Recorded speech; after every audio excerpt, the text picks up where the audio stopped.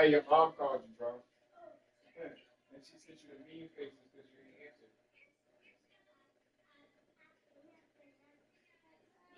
answer. The charger right there, bro. One of y'all can use that phone.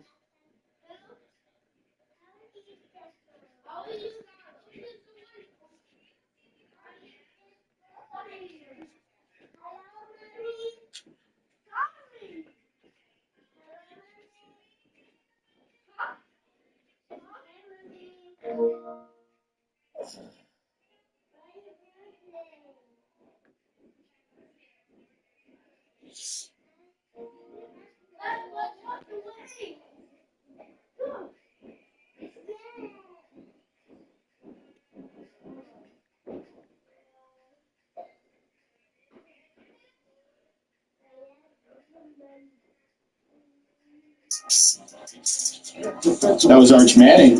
Whoa. And now Wemby showing off for Arch right there. And I was wondering who that kid was. A little boy. I did. A few minutes later here in the third, Wemby going to work. Gets that one to bounce in. Shooter's touch. On to the fourth. Stephon Castle gets it to Wemby. And then late in the fourth, Wemby gets the ball in the paint, steps back, knocks down the jumper on the baseline. Wemby, 22-8-4. Spurs win by 11. After a brief two-game skid, Wemby and the Spurs are back to their winning ways. Let's start on Friday as they were hosting the Rockets. That was Arch Manning. Whoa. And now Wemby showing off for Arch right there. And I was wondering who that kid was. That was a little boy. I did. A few minutes later here in the third, Wemby going to work. Gets that one to bounce in. Shooter's touch. On to the fourth. Stephon Castle gets it to Wemby. And then late in the fourth, Wemby gets the ball in the paint, steps back, knocks down the jumper on the baseline. Wemby, 22-8-4. Spurs win by 11. The Spurs won a back-to-back, but got a big boost with De'Aaron Fox back in the lineup for the first time since March. De'Aaron Fox again making his debut for three. Under 2 minutes left in the first. Spurs up 10. Wemby at the top of the arc. Lob here to Wemby. First. Wemby 18-18. Spurs up 11. Reverse. 40 seconds left. Spurs up 3. And that floater goes in for Fox. Fox finishes with 24. The pair of Wembanyama and Fox have played in just one game together so far this season, but the early returns are promising. The Spurs had a positive net rating with both of them on the court. That's encouraging. You see their totals were in the negative in 5 games together last season. So we saw teams throw different stuff at Wemby here, the Suns, the Heat, the Lakers, whatever, last week, and he struggled a little bit. So, David, how will De'Aaron Fox help? Yeah, just when Hey, man, y'all stop the dumb shit, man. Double teaming them. You throw De'Aaron Fox in the mix, and he makes this. Yo, it's 3 phones over there. Figure it out.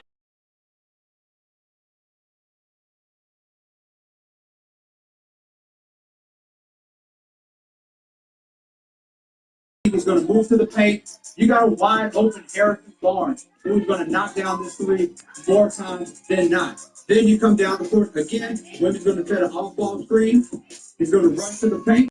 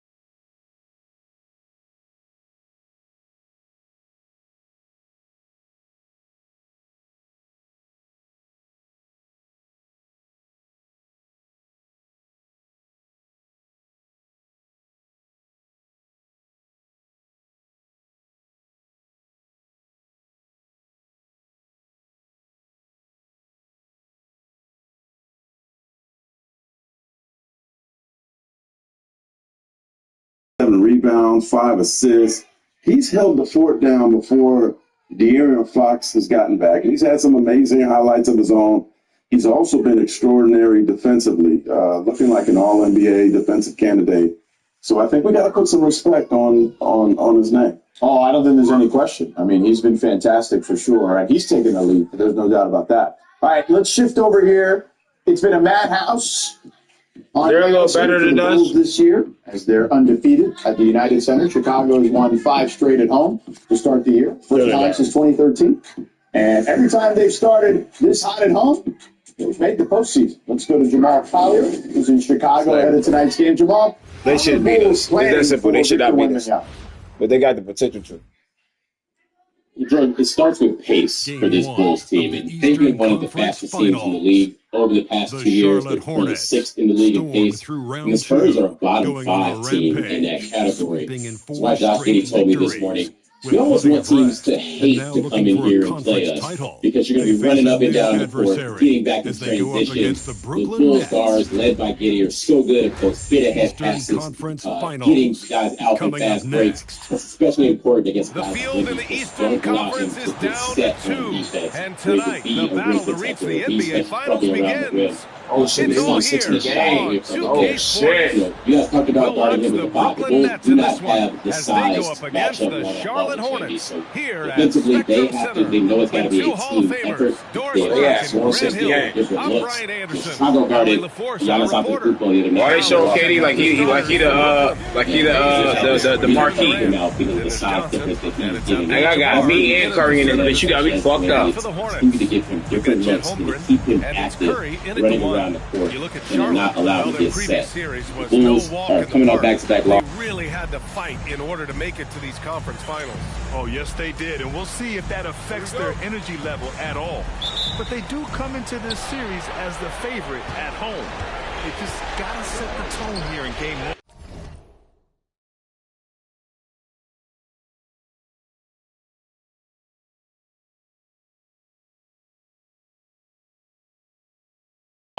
Iverson. On target from range. You don't want to let him get into a rhythm from out there. Irving, the pass to Abdul-Jabbar. And a big-time jam right there. Now that's how you power it home. Aggressive to the rim and a thunder finish. No good from outside. He's got a great defensive mind. He gets good position and affects the release. And he did it without fouling, and that's become an art, changing shots without making contact. Iverson can't hit. Oh, he'd like to have that one back. That's in his wheelhouse for sure. Pass to Irving. Abdul-Jabbar's shot is good. And setting the tempo with an assertive move. Like, where was the defense on that play? To me, that's a complete lack of communication on that side of the ball. These guys need to be talking to each other. You got to appreciate the consistency. Night in and night out brings it. Curry against Johnson. Curry with it. Irving, the pass to Curry. 5 to shoot. 4-3. Irving, no good. Brooklyn's gone 2 for 3 from outside the arc.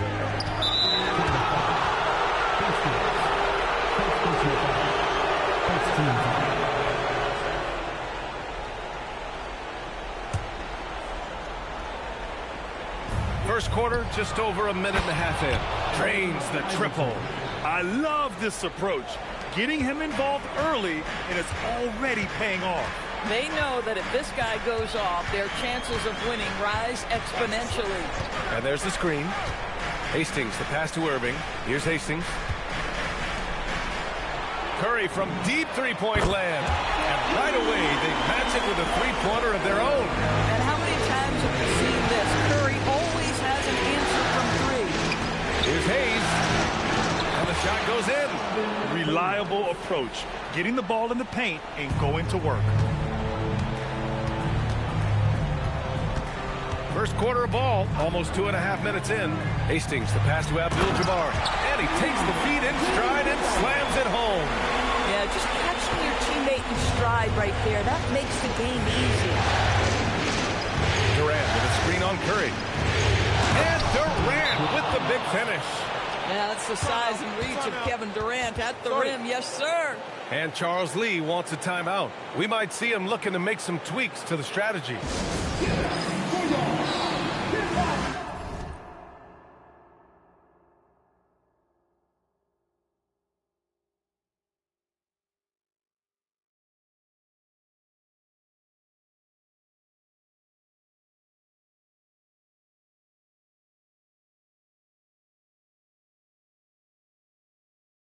Stephen Curry is second. Some guys thrive on the postseason pressure. He's been an unbelievable floor spacer for them.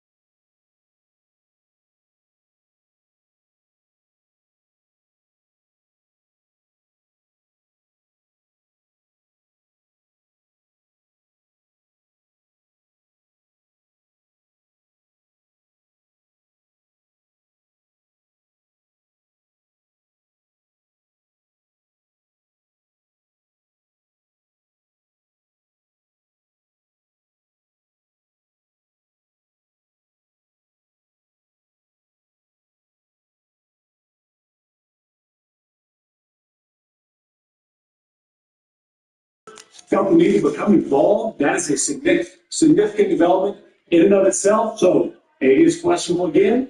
We'll see if he gets the green light tonight. All right, what about Klay Thompson? Came off the bench in Friday's loss to the Grizzlies and then missed Saturday's game with an illness. What's Thompson's outlook for tonight's game?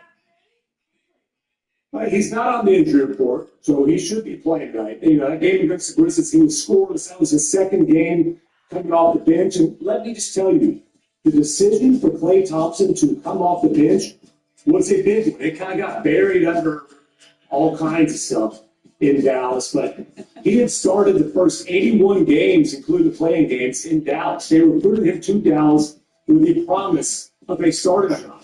They are well aware of just how hard he took when he was demoted briefly to that bench unit in Golden State. It just reached the point where they had to change something. Klay Thompson had really been struggling. They hope that he's well, and they hope that his jump shot starts going down. Because, man, they desperately need a spark from one of the only real shooters on the roster. All right, Tim, excellent stuff as always. Adios, amigo. The Navs head into a 4-game homestand and look to use the home court advantage to get some momentum. That's the plan, but three of those 4 games are against teams who are above 500 or better, and the other game against the Clippers. Holmgren right side. Hey, David, what have you seen from Klay this season? Charlotte needs to get off a shot. Let's start off on the right side. Fired. 24-second violation. Klay Thompson is shooting 2 for 18 in wide open threes this season. 2 Here's for Johnson. 18. That is not going to continue for the rest of the season. I have to believe that won't happen. A lot of those are front rim. Maybe it's getting some of the legs behind him. But you got to believe he's got 45% behind him for three. It's going to continue that. But beyond that, there's an emotional element to all of this. This dude left Golden State. He left Steph. He left Draymond. He left the dynasty of Golden State to go win a championship in Dallas. Now, Luka's gone. You know, there's an offense that does not work. Think about what he needs to sign up for. If it wasn't for like going to the Instagram page and see what he's doing outside the court, he would want those things that he's doing now because about which, you know, is going through his mind. But being in Dallas in this situation that is vastly different. Cage too big. You got to do another. And Kyrie Irving is playing for a team. You know, Mark, it's interesting what David brings up, and I'd love to get your thoughts on all of this stuff. But like, I talked to Clay before the Open, and I asked him about, J.K. had said, oh, he's become coach play, he's become more involved, like he's drawing up on the whiteboard. And so he has been invested this season, and I asked him about that. He just said to me, like, so last year I almost felt like I was still a little bit of a guest, right? Whereas this year I feel like I want to take more ownership of it. And I would imagine this decision has to have him involved. Yeah, you know, I've seen as much play basketball as more. His teammates have picked up the slack. Outside Curry. From 17, and it's in there. Curry's got 5. After you return from injury, he just had slow starts. Since returning from injury, he typically averages 13 points a game in October. But then the rest of the season, he averages 19. So he's a typical slow starter. Kyrie's not there. They're experimenting from a point guard position. I don't know how I feel about this. He certainly has a lot of but I feel like he'll get better. Well, I think there are also big picture things in Dallas right now. 3-7, and you know, I don't know how your Twitter feed is, but every time that they lose another game, somebody retweets that Nico Harrison quote, "Time will tell if I am right." It's getting uncomfortable there. I've heard from people who've been games in Dallas every night that they lose. There's a lot of bullying. Nico Harrison, Patrick Jamal, even are sitting in the stands. It's uncomfortable. And it's not just because they're losing, it's because Kyrie's out, because Luka's been so great for the Lakers, and AD's been hurt, Clay's been bad. But it's not all of that, but they still have Cooper Fletcher. And I know he has not been a shining star yet, but that's because David Hayes is in that point guard role and trying to accelerate the process of where he thinks he needs to be. He did that with Giannis, and he told me, you know, a lot of people thought that was a mistake too, and it ended up working out okay. So, you know, it looks bad right now, but time will tell if they are right. It's going to pop right back up into my season again. Yeah. Very well coached, and even the younger players on this team have a sense of maturity that's uncommon. Well, it's been a high-scoring, competitive game through the first quarter of play. Brooklyn out in front. They lead by 3. And the second quarter is on its way when we return. Bottom of the hour, get up, Bears and Giants. I've said it a million times. There's nothing better than football in the snow at Soldier Field. Opening minutes, third quarter. Alex, look at Jackson Dart go. Yeah, man, I've been so impressed with this kid's ability to run the football. Listen, this is an NFL level. This guy's a dynamic runner. These are QB hours, QB GT counting takes him. 7 rushing touchdowns for him, and they were up 10 points. But then Jack, he's got the first down. Yeah, the kick down. The reason why we were kid, I think, wanted to prove his toughness, but he was just unnecessary. He got the first kick down, he made mistakes, and also unfortunately a concussion, and he nailed the game. The Bears will take over, and then Caleb Williams will take over. He does things stretch, and he just can't coach. How about the effort on this guy? Oh, and this is time and time again that he's getting away from the rush and making big plays with his feet. Amazing here. We're hoping he score, but it's going to come down to the 2, and then on the Doomsday, who had no catches last week, he would punch himself in the end zone for the score. Shoot, I could have scored because he didn't have the quarterback and not well. That C.J. Gardner-Johnson, one of his 2 sacks on the base of the Bears, are forging a huge comeback where we see this before Giants in the big blown lead, and then here comes Caleb Williams, and look at him go. Oh yeah, he can do this. Again, another 2-minute win for the young kid here. This kid has been so impressive.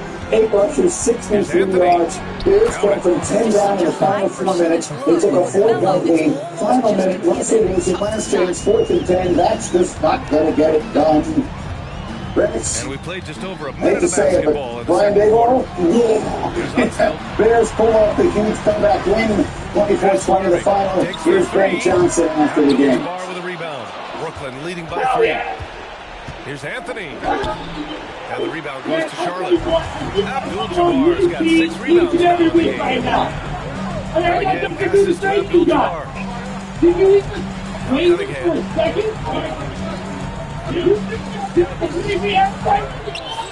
Assertive from Cunningham. They have no answer defensively inside. He's got ice in his veins. Brooklyn has got 4 of 7 threes to go so far in You this don't game. believe it now.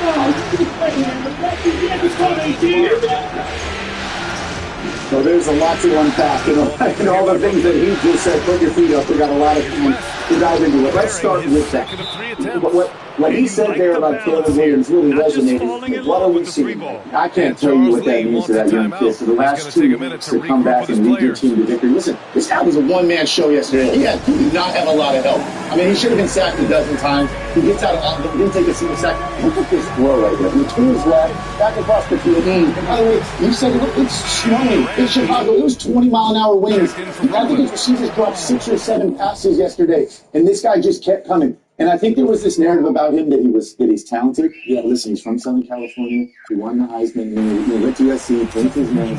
Like, he's a tough-ass kid, man. He played like it. He showed it. And again, to get the recognition from the coach after in the locker room, like, this just goes a long way for your confidence. Again, as a number overall pick with a lot of weight on him. He's a generational talent. I think people forget that.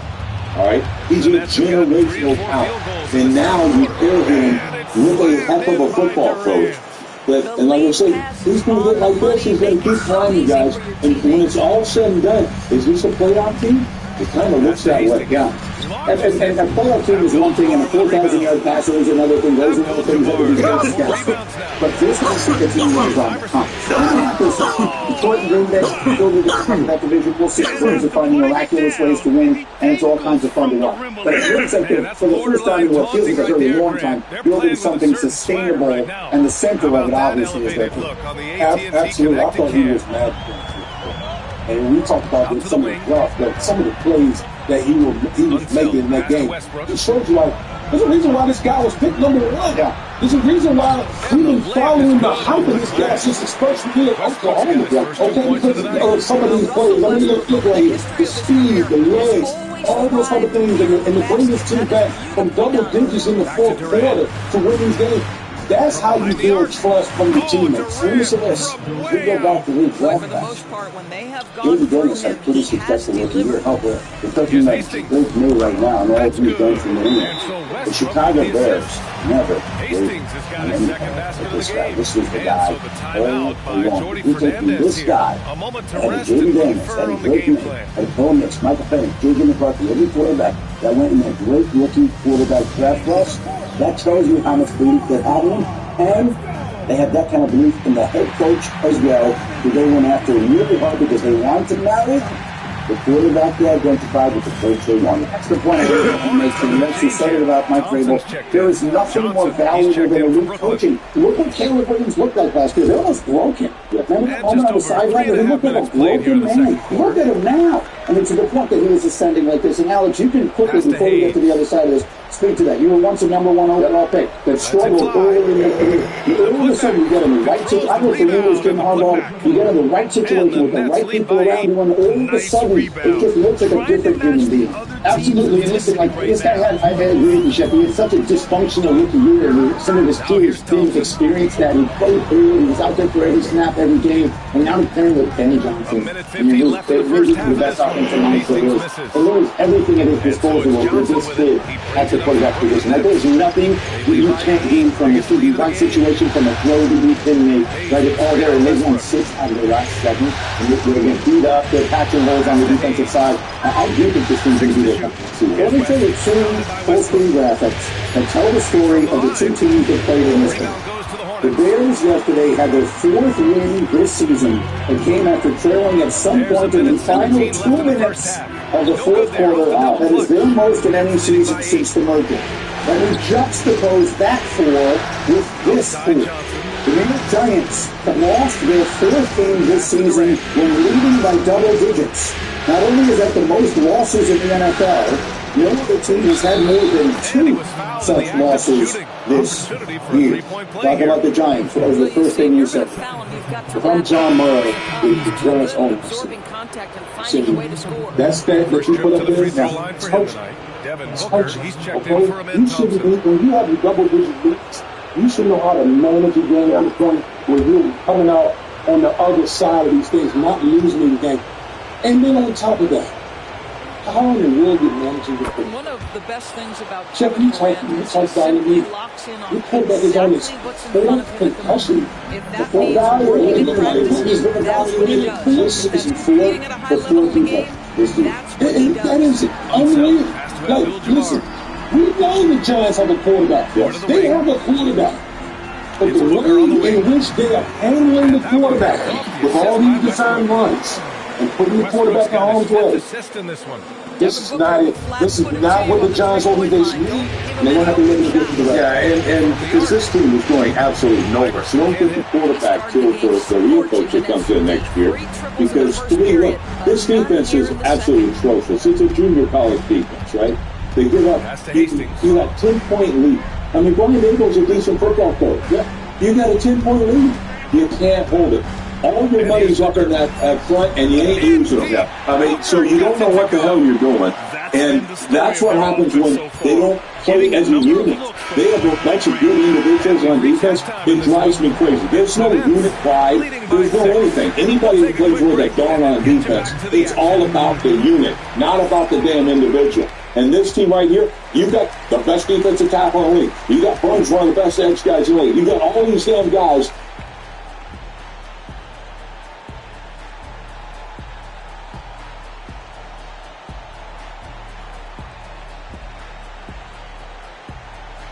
Oh, yes, they did. To a guy that's a second-year quarterback that, like you said, everybody thought was terrible. They're putting everybody else. Both They've got a real staff, a real coaching staff out there. I mean, so to me, they got to make huge changes. And when I said the gone thing, look, I know Brian Daboll. I knew he's a good coach, but guess what? You know what your record says you are. Like, you still. It feels like it feels strongly in this city, like it's coming to an end for Brian. And looking at where the Hornets that's the way I think a lot of it. Listen, I think when you blow the conference finals, do you expect these teams to pull out all the stops? You don't come through. Your quarterback's being evaluated for different concussions. And you got a guy who leave it all out. Even if you're banged up, find a way to get it done. The competition level on the rise. Jackson going to win the offensive rookie of the year. And you got all these great things happening. And that's a wrap on halftime. Thanks for watching as we send you back to BA to call the second half. There are going to be questions asked in the organization. In some ways, I mean, I hate to say this, but bigger picture, like the Jackson Dart medical 10 concussion thing is a bigger issue for me than the 4 losses. 4 losses, you're up by 10. Right, like this is a team that what the record was, I still not watching that. I loved it, and then I thought they were a great team. Jackson is so dynamic, but the fact that they continue to run him and put him in a situation and haven't protected him against himself. Like, I'm obviously competitive. Why is the medical team fighting? Quarterback in football since he started, right? And they continue. Blaze is always going to be a part of his value and his strength, right? So that I'm not trying to take those away. You have to be smart with it. You have to pick your spot, and you got to coach this kid. Right, when it is appropriate to take hits, which, by the way, is not very often. Like, get down, get up. Here's why it bothered. I can't speak for all of you, what bothered me, because it was an illustration, it was a desperation of the coach, and it was why you cannot have a coach and a young quarterback who is not married up in timetable. Brian Daboll was doing what he has to. He was coaching for his life. He's doing everything he can to keep his job. And the medical tent, for people who don't remember, this is when he got the concussion yesterday. So the medical tent, I have to say, came earlier in the season. He's in the blue tent, and Brian Daboll was running over there, yelling and screaming, "Can I get my quarterback back or not?" And he said he was trying to figure out whether or not to call the timeout.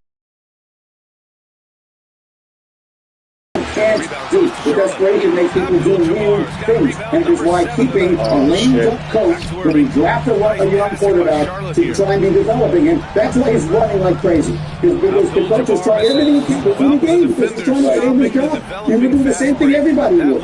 And it's not what makes sense for the organization in the big picture. And it's another team that has fallen into this self-inflicted trap. Let's make it very simple.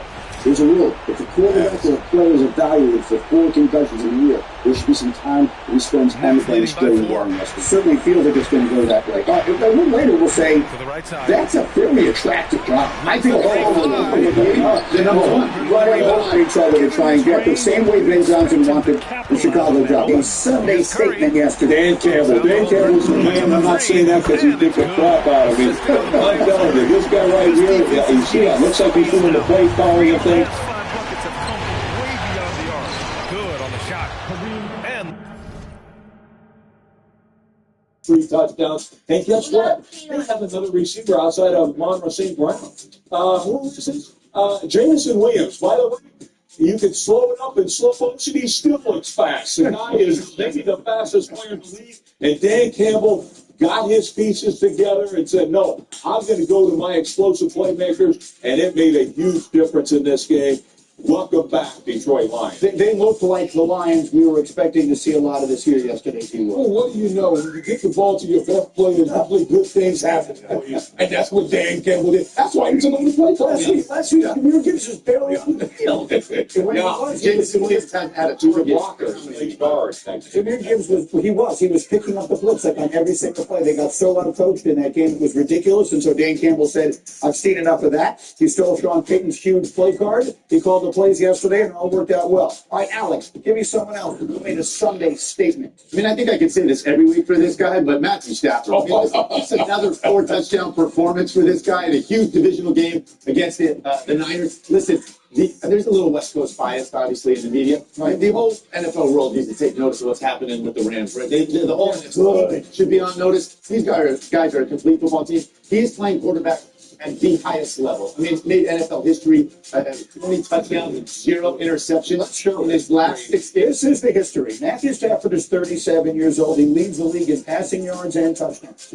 And to your point, in the last 6 games, he has thrown 20 touchdowns and 0 interceptions. He is the only player in NFL history to throw as many as 20 touchdowns with no picks in a 6-game span. It's like it's a video game for him. You're watching him, and again, it is precision. I mean, he can still throw the football, maybe better than anybody. And again, he's been in this offense now for quite a while. He's got a lot of contributors. I mean, it's masterclass. And the theme of the day, look at the head coach, and look at the quarterback, and look at the head coach-quarterback combination is doing now for the Los Angeles Rams. They are as good as any team in football. And by the way, the Rams and the Seahawks in the NFC West. Let's get it.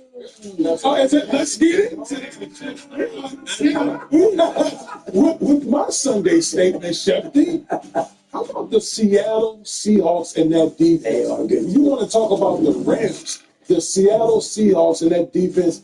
I mean, they laid waste to the Arizona Cardinals yesterday. We were talking in the production meeting how literally you went to the bathroom and it was 28-0. You still be feeling better out.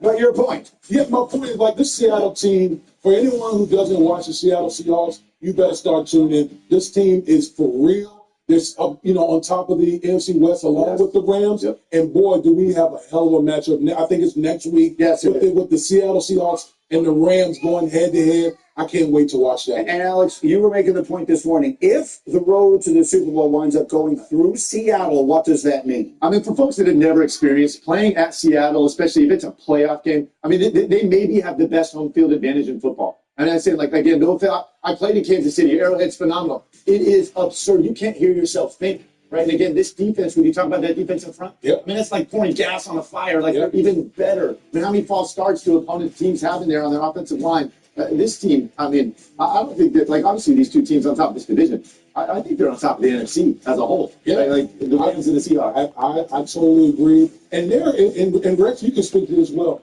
That defense Like, it's like Legion of Boom type. Like, they're on that level. They are phenomenal on all three levels. And then Mike McDaniel is obviously the guy that's coordinating. Mike McDonald, yeah. And the funny thing is that Baltimore Ravens defense that went over there, went west, and it's absolutely dominating people. And the funny thing is, like, Jesse Minter's the guy over there, and they did, him with the Chargers. Like, it's funny how that defense moves west, and they're kicking people's butts. They're comfortable in what they do, and that's why, to me, that defense is built for There's no way I'm going to let one nigga be able to quarterback in Sam Darnold. It's going to be an epic matchup between the Rams and Seattle. We're going to find out next week. You know, making the point of how few passes he had yesterday. I mean, he had Sam Darnold had he's terrific. I'm not trying to knock him at all, but they were so dominant even after the win. No, I mean, again, he mentioned it. I think he is in a few conversation. Stevie, I mean, I could have played quarterback for them yesterday. We would have been the exact same score. I threw more passes. I ran the winning team, and I scored 2 more passes. Sam Darnold yesterday was 10 of 12 for 107. In the second half. Yeah. I don't know if he had any passes. And they won the game by $1 million. All right, Monday Mayhem is brought to you by Freestyle Libre. Let me show you if you didn't see it. The way Jaguars Texans ended, it was insane. Right side, right, here's the snap. Davis looking, Davis stepping to his left. Davis on the right, 10. Davis 5. Davis left 1. Davis! Touchdown! Touchdown! Amazing! It's tipped. Lawrence. He's set. And it's out. Irving for 3. The ball comes in the air, and Wiggins takes it the distance. Oh, damn. So let's make it clear. The Texans engineered one of the great comebacks of this or any NFL season, and that last-second touchdown that ball gets popped up in the air allowed the Texans to cover the point spread. They were minus 2.5, so that was, with apologies to our friend Mr. Van Pelt, one of the baddest bad beats you will ever take in your entire life, and I can tell you who called it. Shefty, in the third quarter of that game, you're sitting there and you said, the Texans are going to come back to win. I just felt like that defense is so good, and they fell behind so early, and you can just start to feel that Jacksonville was stuck in neutral. And I know that Houston was playing with a backup quarterback, Davis Mills, but he continues to be incredible. And that defense wasn't going to be bad. I watched them enough to know this season that if they slow down, it's going to be out. Every bucket matters. You need good looks. Outside Durant. Back to Johnson. Now Hayes. The 3, Durant. Dunks it hard with one hand. Wow, he makes it look easy. And Shefty, Rex Ryan, let's go. Late night last night. If you didn't stay up, you didn't miss much. Game of the night, Rodgers with the Steelers visiting the Chargers on Sunday night. Right off the bat, this is Rodgers backed up. Alex, what you thinking here? I have no idea, Gary. This is a defensive battle. Field position of the game, and now you're dancing on your own end zone. You fumble it out your own lineman. I mean, at least he jumped on the ball here with that compensated. Troy Fitzgerald, home guard, is the one who actually goes and lets the ball out. So it's a 3-2 game. Now the Steelers are down 5-3, which sounds a lot more like the Pirates are playing the Dodgers. And then what happens here, Alex? Yet another force. I think Rodgers getting frustrated. He looked angry all night and threw the ball over the middle high. Yeah, that's how old people look, man. Now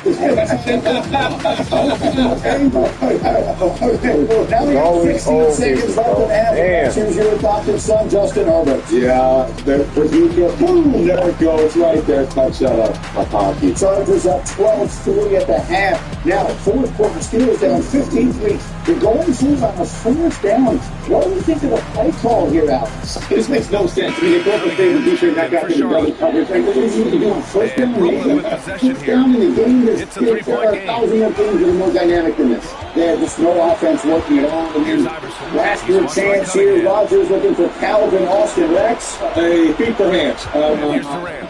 He's got 21. Sniper. He's hit a pair of threes Tough night, Rodgers, 13 picks.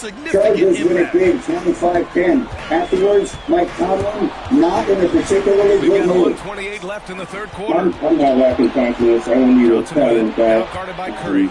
He spent the rest of the night. Abdul-Jabbar with a rebound. Charlotte has gone 2 of 3 from outside so far in the third quarter. Yes.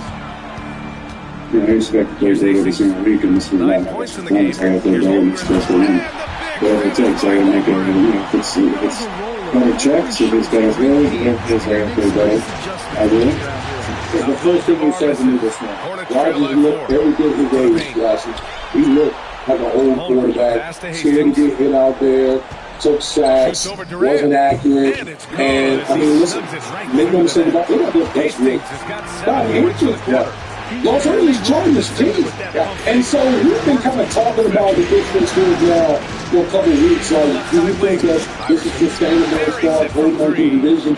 And last night gave you a glimpse of why most people think that they're not going to hold on to his lead in the AFC North. I believe he didn't hold it, but then he's making his mistakes still with these mistakes, right? He can get this safety end zone in this defensive battle, right? Throwing the ball high over the middle, and then he did not play. This is a clean pocket. That is a wide open NFL receiver. This is a throw you should make 10 out of 10 times. Rare. 10 feet at the rim. The receiver almost comes down with this. This is typical in the NFL. He's got him deep in his man-to-man, give him a chance. We underthrow it. Then this one again, backside. It's a run call. He comes out to throw this into a drop. He does that a lot about it. And then there's 3rd and 6, just chuck and Josh and feels the pressure, doesn't want to take a hit. Kind of like, this pedestrian doesn't begin to describe what this was like. Yeah, I mean, I should have done shit. I watched this game. Why? I have no idea. Like, Aaron Rodgers looked awful, okay? The receivers stunk too, though. I mean, the one dude with the paper hands, but literally, we saw a couple where guys actually were open. There were a million where they were just getting beat up all over the field. So, to me, they had no receivers. All right, I like the running back, but for some reason, they don't run the ball. Maybe Aaron's checking out the pass. You get one of those little deals again. I can't stand watching. And their defense actually played better than they had been, but they're still terrible. I don't know that any of this is a terrible surprise.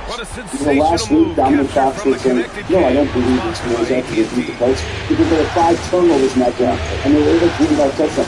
ESPN bet was calling this division when the Ravens were 3-4 games back and still in a 1-5 record. ESPN bet still had the Ravens as the favorite team in the division getting out.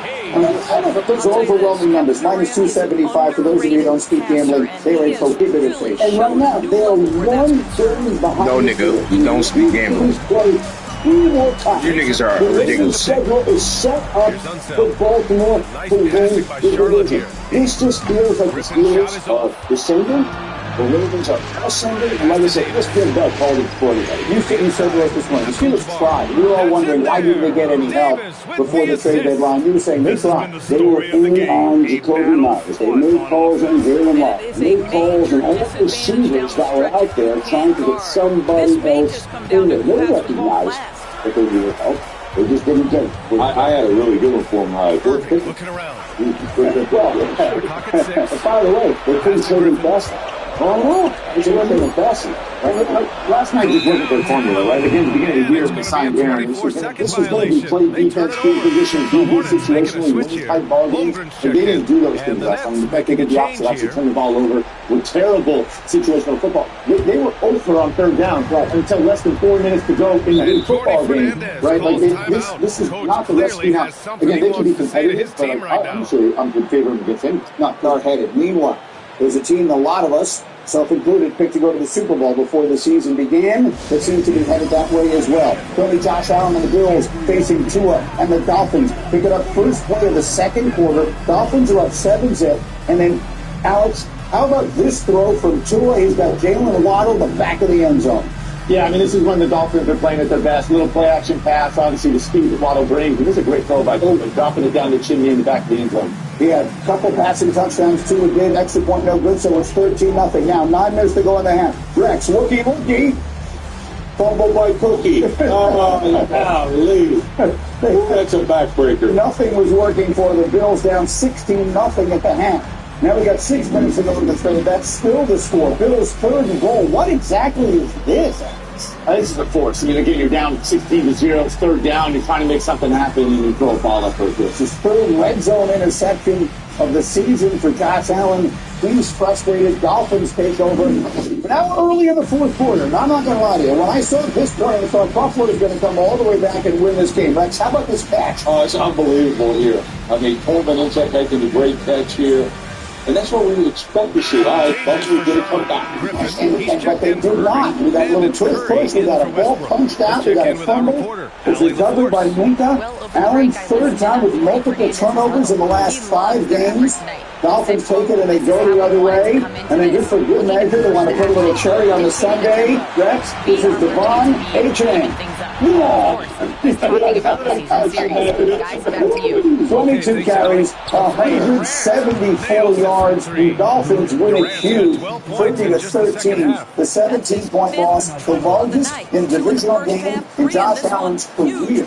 This is the second time he's lost a divisional game by more than one possession. The first time came in his rookie year of 2018. This was supposed to be Buffalo's season. This was supposed to be the year where they're favored in every single game, and they barely had to travel only one game out of the Eastern time zone, and the whole rest of the division looked down. Now they've gotten chased down from behind by a young, energetic Patriots team. We're going to get to them in a minute. What do we say about Josh Allen and the Bills this morning, D. Wood? They've lost their window. They've rolled and messed up their window. They've had the AFC East locked down for 6 years. Yep. And they have nothing to show for it. And guess what? You just mentioned it. Yep. Here are the Patriots. They're back again. And so you look at Josh Allen, you look at this game yesterday, you heard whispers, oh, he was a Miami Dolphins. This is not a trap game. I'm sorry. Buffalo, you're not even leading the division, and it's a divisional game. You got your butts whipped against the Miami Dolphins that we had written off dead to rights. Yep. Fired their general manager. Yep. Their coach is basically out the door. And all they did was whip your behind down there in South Beach. This is not a bad game. This is more of a bad sign for Buffalo, in my opinion. Rex, are the Buffalo... And look, this is the same team that I picked over Kansas City. All right, because why? Kansas City doesn't run the ball. I told you they can't stop the run. How many times did we see this yesterday? Time and time again. This team is I think they're the worst run defense in the NFL outside the 2 junior college defenses. I think they're ranked 30th. So to me, it's where are you going to go? You get in the playoffs, all you have to do is run the ball, and they can't stop you. They are allowing, Cindy, just super quickly, we can throw up there, 838. The Buffalo Bills are allowing 148 running yards. And then those other 2 junior college. The other 2 teams are a combined 5 and 14 on your screen. And the Bills they think, think a Super Bowl contender. Are we stopping that now? Is the conversation over? They looked like it last week, right? I mean, this is a team that dominated the Chiefs at home and really kind of beat them up front. And then you go down to Miami, it's not just going to be lost to them. Like, you give them 200 yards rushing. 200 yards rushing. Again, I think there still are some big questions. And this is like a true football team, right? Like, to ride this emotional roller coaster last week to this week. And now you're looking like you're going to go on the road potentially in the playoffs. You're right. You may not win this division, but again, you may have to go to Kansas City. You may have to go to some of these places. With Buffalo, I think this recipe was obviously such a big home field advantage, and that looks very different now. Chesty Bills. Well, we talked about the Steelers making calls at wide receiver. Bills made calls entering the end. The Jets weren't going to play Kenny Rogers. Ed Howard was out in definitely. Run defense wasn't great when he was even in this. Now he's gone. Now the run defense is leaking. It feels a lot like a one-man Superman team. And when Superman isn't flying, the rest of the team is crashing. And that's what happened yesterday. And Rex has always said that Miami is the toughest place to play in the league. At 1 o'clock game, 1 o'clock games, the heat and everything else, and there's some distractions in Miami. I don't know. But it really is. And to me, look, but am I surprised the Bills laid this big of an egg? Absolutely. Yes. And because why? Because Superman usually is so good that I could do it myself. Right. Could you imagine Buffalo without him? Is this a 3-win team? I'm surprised they didn't make a move last week. Listen, I mean, outside James Cook's a phenomenal player. Khalil Shakir is great at running flats and 5-yard routes. But outside of that, who scares you on the outside, right? Cam Coleman makes these plays here and there, but you said they didn't get enough targets. Take Josh Allen off his team, and they're not all that different from the Cleveland Browns. No. And look, I mean, there are a lot of teams. When you have a quarterback like that, then you depend on him, and that's all well and good. But the reality is, this was a team. When you have Josh Allen, you're going to have multiple windows. Within his career, you're going to have multiple windows to win championships. So his window is not closed. He's going to be around another decade, and they're going to have chances. But this little iteration of their team, I think you said it exactly right. They got a 5-year stretch here. They needed to win it. And you got to win one when you have that team. And they got blocked out by Mahomes, and right now it looks like they're going to get caught from behind by the Patriots. They're getting through the Patriots and Bucs in Tampa. We talked about it a lot on Sunday camping, and sort of a statement opportunity, particularly for the young quarterback Drake May and his team. And then Alex, how about this throw? Look at him standing in the pocket, getting this ball to his rookie receiver who's out of there, man. They have more guys that help produce on the outside. I don't know what to do these guys. 72-yard touchdown. That game is tied at 7 early. Now it's May and it's Demario Douglas, and he's off to the races. Patriots will continue a drive that will then result in a 4th and goal. There's a gutsy decision here to go for it, Rex. Absolutely, and look at this ball. I mean, unbelievable. This kid's in his second year. He puts it, he put it to him. Look at the feet placement, guys. That's up 14. Up 14-10. Here we go. Travion Henderson. Right. Right up the middle. Patriots up 21-10. Holy cow is right. 4 minutes left in the third. Bucs in the 3rd and goal. Baker Mayfield. It's a great play, Alex. Yeah, Baker doing Baker things. He fought hard in this game. He did bad. They was really knocked out on the outside. Dennis Johnson sticks the landing. It's 21-16 New England. Bucs going for it now on a 4th and 3. And Bueller, they're going to collapse all over Mayfield. He will somehow get rid of it, but it's not nearly enough. Yeah, listen, this is so crazy, but this coach's defense is legit as well. And then one more time, Rex Travion Henderson. He had 147 yards. I love this. Look at this sideline. That's what I'm saying. This is a well-coached football team, right? You can tell Brady's been on these guys. He busted this one open in 4 minutes. He didn't run, check into the sideline if it's okay to score it. Let's be clear. So I'm sure a lot of people in the audience don't notice that when it happens. He's looking over there to find out if he should score the touchdown. Yeah, this is a 4-minute situation, and oftentimes, depending on the score, it's very nuanced. Coaches have charts for this stuff, depending on the score and how much time's left. Right, like sometimes you go down and we're ending the game. And you can see them, they were so far back up, you're not expecting to break one right on, 30, and he does. So really, always checking to the sideline if he should score, and I when a player does that, and you're the head coach and you see that, what's your reaction? You get that guy, does he do himself to you? Oh my gosh, absolutely. I mean, and his whole team, he's putting his team over in football IQ, and like to me, that was amazing, and they're so well coached. Right? I mean, let's go with that thought. We were talking this morning in the meeting about how great Drake May has been, and he has been great. There's no question about it. But Rex, it is a testament to a lot of things, including coaching matters. And you know what? They got the #1 coach out there. All right, with this guy, and I'm just telling you, Mike Vrabel's an amazing guy. And you know what else he did? He brought a hell of a coach with him in Josh McDaniels. Say what you want about Josh McDaniels, one of the best offensive coordinators in the history of this game. And he's proving it again. He gave him a special talent with Drake May, and that's one part. Coaching, playing together, and all that. But that was just a great example of, like, Vrabel is so on top of these guys, and it's all about team. A lot of times, it's guys want to be individuals. We see a lot of these teams that maybe have more talent than the Patriots. They don't play as well because they play as individuals. This guy has them playing like this, and that's why they are so dangerous. And it's going to be like that for a while, because whereas most offensive coordinators are coveted as head coaches and get jobs, with all the respect to Josh McDaniels, he's had 2 head coaching jobs. He's very happy in the end. With respect to he's going to do that with Drake May for an indefinite period. So let's go big picture. What was the first thing you said to me this morning about the Patriots? The road to the Super Bowl and the AFC. Oh my God. We heard that before. It goes back to what I was saying about Buffalo. If my man's Bruce was here, I can't take it. It's like an entire 2 generations of my life, and now I have to deal with it again. But that's the case. Like, that is, they're legit, and they're at the very beginning of how good they're going. That is the absolute truth. And the juxtapose this with the Buffalo Bills, who are maybe the worst rush defense in football. The Patriots are the #1 rush defense in football by a long shot. And again, I mentioned it. The contributors on the outside, Keyshawn Booty's out, Dave Howard, Ricky comes in, and all these the team and catching, got with Stephon Diggs here in a clutch situation. Like this team, they have a top 10 unit on offense and defense on both sides of the ball. Again, they are a very, very complete football team. There's only team in the NFL that can boast that. Can we look at the schedules? The city have those in the chat. I do. I have it right here. Patriots, B12 I have. There you go. Okay, so take a look at this and look at how the schedule's set up here.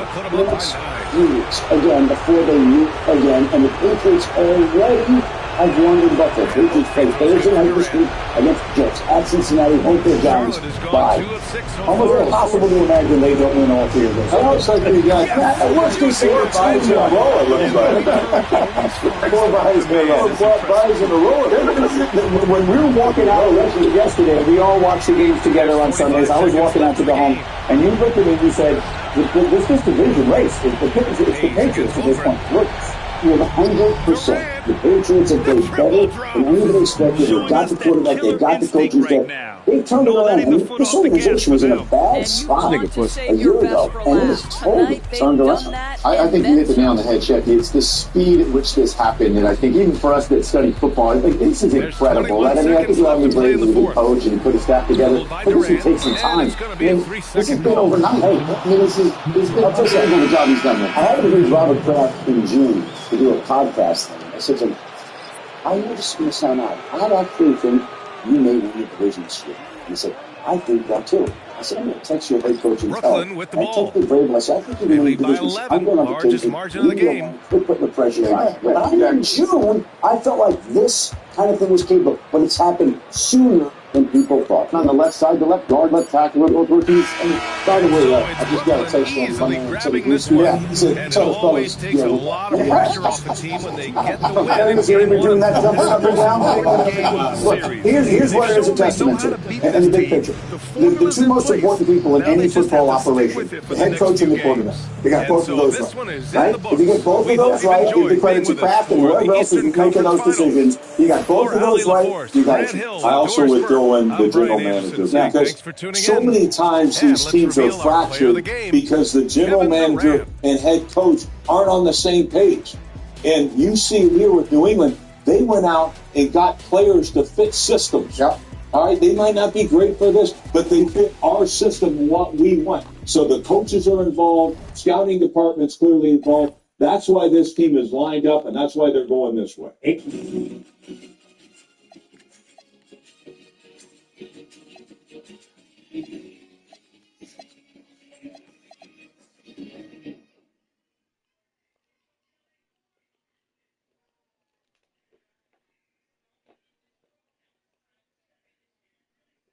Just football here in first take, the NFC West.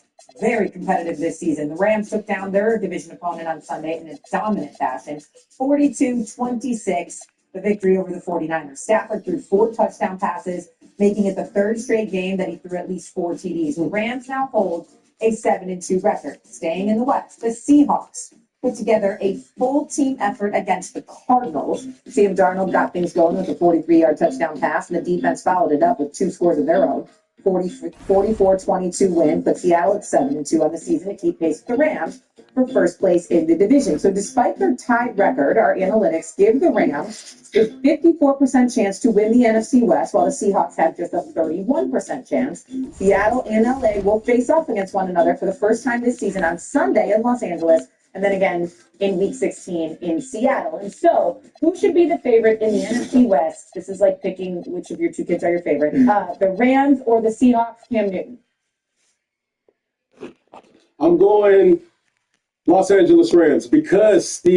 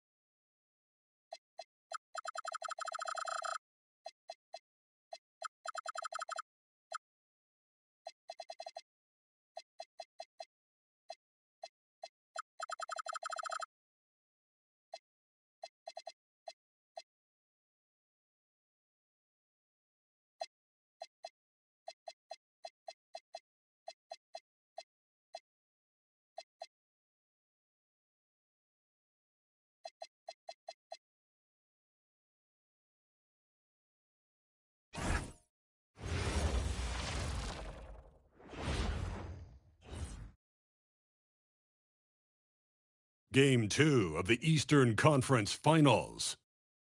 The Hornets, fighting for their first win of the series, will try to even the score at 1-1 as they go up against the Brooklyn Nets.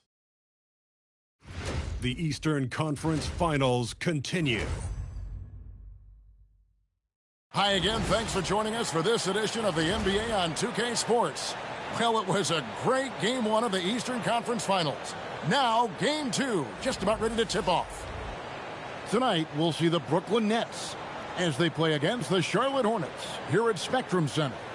With Greg Anthony and Richard Jefferson, I'm Kevin Harlan, and our very own Allie LaForce has the sidelines covered for us tonight. So the Nets starting 5. We've got Hayes. Iverson is out there with Magic Johnson. Then it's Kareem, and it's Durant in at the 3. And for the Hornets, Abdul-Jabbar is out there with Holmgren. Then there's Stephen Curry. And there's Hastings. And it's Unseld in at the 3, the small forward. Take a look at the Hornets. Well, they took a tough loss in Game 1, but they're at home and ready to make progress towards winning the conference. That's the plan, at least. But it can be hard to get the momentum back after getting stung in Game 1. They have to make the adjustments here, for sure.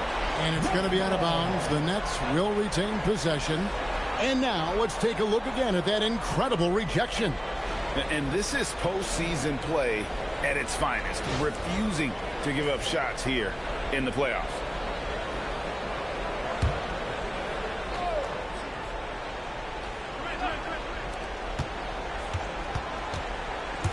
And Hayes kicks to Iverson.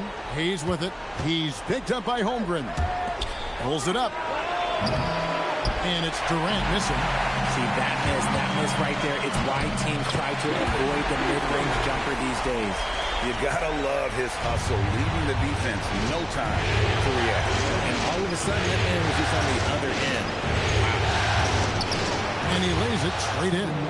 So polished from the interior. Durant is terrific at utilizing his physical advantages down on the block.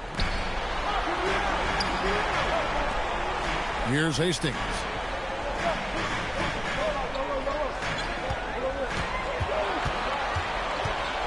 Four on the shot clock. And that one drops for him. Hastings got his second bucket of the night. Well, he is looking confident. Love how they're using him so far. Yeah, when he gets engaged this early in the game, it's bad news for the defense. He can roll this start throughout the rest of the game. Oh, fantastic dunk. And he hangs around up there just for a little camera time. Yeah, maybe he didn't want to land awkwardly. Who knows? But there he is, and we see it very clearly. Here's Unseld. Pass to Hastings. Plays it up and banks it in. Hastings got his third bucket of the night.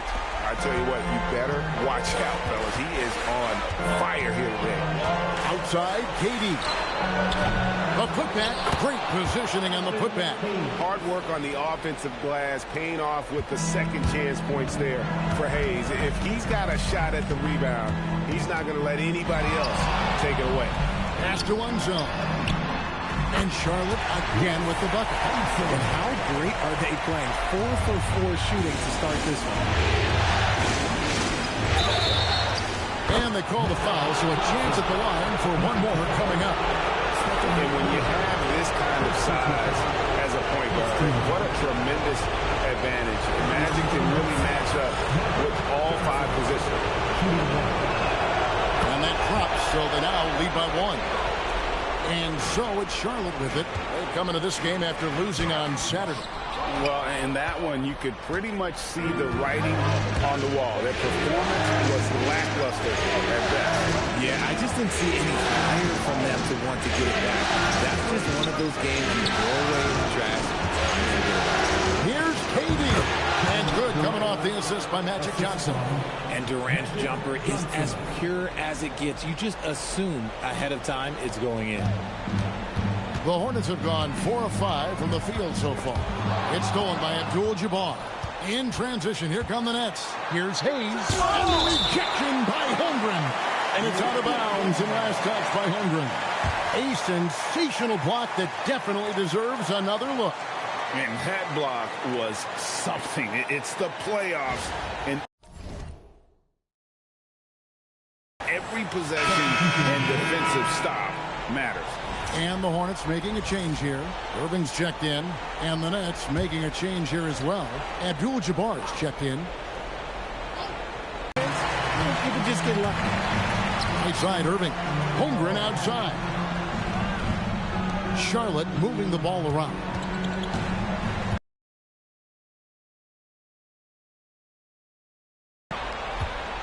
Here's Durant. Oh, good on that one. Good D by Holmgren. Hornets trail by 3. Just over 3.5 minutes gone here in the first. Here's Hastings. Guarded by KD. Outside for Curry. Connects from three-point range. And it's all knotted up. It doesn't matter if it's off the bounce or off the catch. Curry never loses rhythm on his jump shot. Slow going for him this quarter. The defense putting up a good fight. To the inside, Irving. And that won't go, missing the go-ahead bucket. And so it's KD with it. He brings up the ball for the net. And the basket by Johnson. He's looking confident right from the opening tip. Out to the right wing. For 3, Holmgren. Rebounded by Abdul-Jabbar.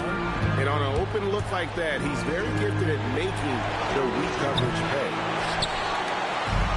Hornets have gone 5 of 8 from the field, shooting over 62%. That gives them the lead. And that's now 9 points for Captain Clutch. And he's caught fire this quarter, yet to miss a shot. And that's his second foul committed with a lot of game left. Gotta be careful. And the Hornets making a change here. Griffin's checked in, and a change for the Nets. West is checked in for Allen Iverson. And so, Jordi Fernandez decides to call timeout. He's going to have a discussion on the sideline.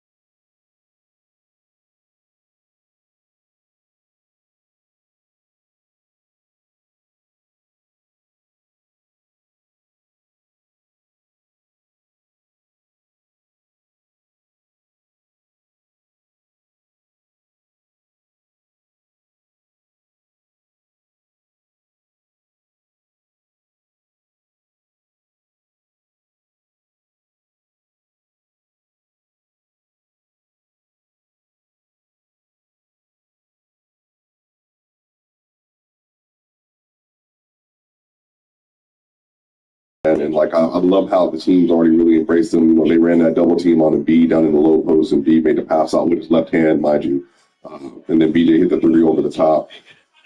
That's just not stuff you find from rookies, man. And like, you know, even with, you know, Cooper Flag, granted, is trying a new position. So therefore, like, it's going to look a lot more raw. But BJ is kind of being slotted in as like the third man, and he's excelling in that role. Whereas Cooper is walking into a situation where asking him to be like a primary ball player, you know, point guard to Chill's point, and it's just a little bit slower. So, yeah, I mean, all the way around, man. I think 76ers, I think the Bulls, I think the Bucks, like, you know, you start off well, and you know, you really build some confidence. We're not agreeing with the Thunder either, Ron. Like, the Thunder obviously 7-0. You know, schedule hasn't been like super crazy, but like, you know, they're doing what you expect them to do. Like, I think there's some teams that are looking really good so far to start the year off. Mark, I'm sorry. I was just about to I'm sorry.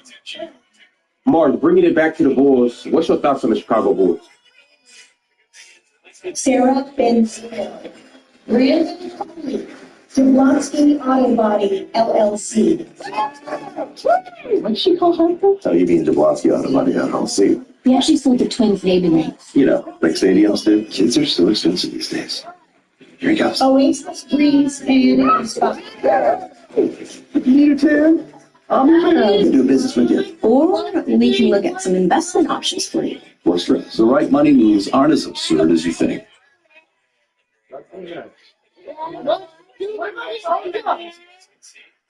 Is whole life insurance right for you? You know Colonial Penn offers guaranteed acceptance life insurance for those aged 50 to 85 in most states. So if you're concerned about pre-existing conditions or qualifying for traditional life insurance, you've got your back. No health questions or medical exams can mean fast approval. We don't need much from you to apply.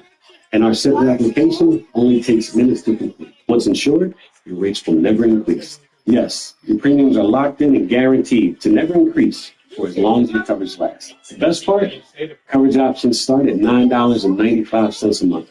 That's 35 cents per day. I think that sounds about right. Don't you? If Colonial Penn is right for you, get a quote by clicking now.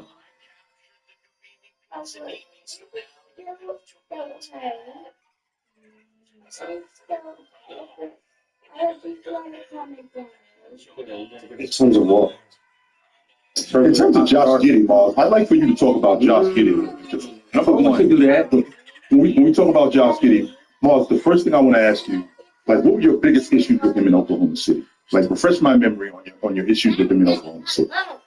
He didn't fit. He was a bad defender who used the ball in his hands, and he wasn't going to get the ball in his hands next to the best player in the world, in NBA's estimation. No, sure. One of the 5 best players on the planet. He just wasn't going to get the ball, and he didn't fit. And they were actively worse with him on the floor because they were trying to shoot on him into a lineup that was predicated on defense, and floor spacing he provided neither one of those things.